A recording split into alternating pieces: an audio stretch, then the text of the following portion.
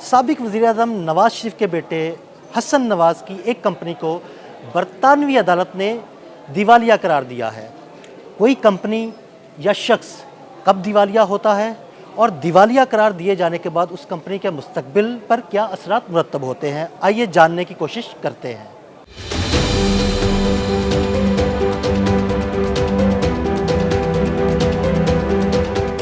दिवालियापन को अक्सर बुरी चीज समझा जाता है, लेकिन ये एक बहुत ही आसान तस्वुर है। ये उस वक्त होता है जब आपका तकरीबन तमाम कर्ज माफ कर दिया जाता है, क्योंकि आप अब इस कर्ज को अदा करने के मुतहम्मिल नहीं हो सकते।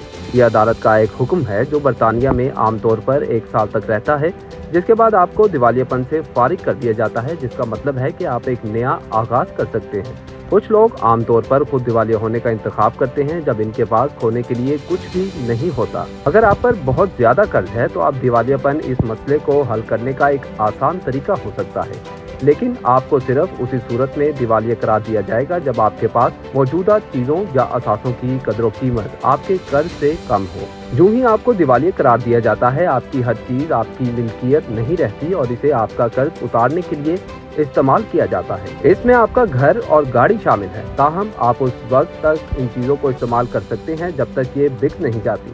ताहम घर में मौजूद सामान पर इस्तिस्ना मिल सकता है, जिनमें रोजमर्रा की घरेलू अशिया, टीवी और कंप्यूटर जैसी चीजें शामिल हैं। इसके साथ साथ वो चीजें भी हो सकती हैं जो आपको अपना काम करने या काम पर जाने के लिए दरकार हैं, जैसे कि आपकी गाड़ी। इसके लिए तकरीबन 680 पाउंड खर्च आता है। दिवालियापन एक बहुत ही संजीदा कदम है, क्योंकि आपके पास मौजूद तकरीबन हर चीज आपसे छीन ली जाएगी। लेकिन कुछ लोगों के लिए दिवालियापन एक लिहाज से सुख का सांस भी है, क्योंकि फिर आपके कर्जख्वाह आपसे राबता करना छोड़ देते हैं। दिवालियापन को 1980 की दहाई में कानून साजी के तौर पर मुतारिफ करवाया गया था, जिसका एक बड़ा हिस्सा उन लोगों से दबाव और तनाव को दूर करना था जिन पर बहुत ज्यादा पैसा वाजिबुल अदा है। दिवालियापन के लिए दरख्वास्त देने वाले ऐसे लोग जो कुछ न कुछ पैसा कमा रहे हैं, उन्हें भी अपनी आमदन का कुछ हिस्सा रहन सहन के अखराजात पूरा करने के लिए रखने की इजाज़त होती है। लेकिन आमदन और अखराजात का अंदाज़ा लगाया जाएगा और अगर आपके पास माहाना 20 पाउंड से ज़्यादा बचत है तो इसे ले लिया जाएगा और 3 साल तक इसे आपके कर्ज की रकम में अदा किया जाएगा। जो लोग सरकारी मदद हासिल करते हैं, इन्हें कुछ भी अदा करने की ज़रूरत नहीं है। दिवालिया होने पर न सिर्फ आपकी जायदाद छीन ली जाती है, बल्कि इससे आप पर बहुत सी पाबंदियां भी आयद होती हैं। जैसे अपने दिवालियापन के बारे में बताए बगैर आप किसी से भी 500 पाउंड से ज़्यादा का कर्ज नहीं ले सकते।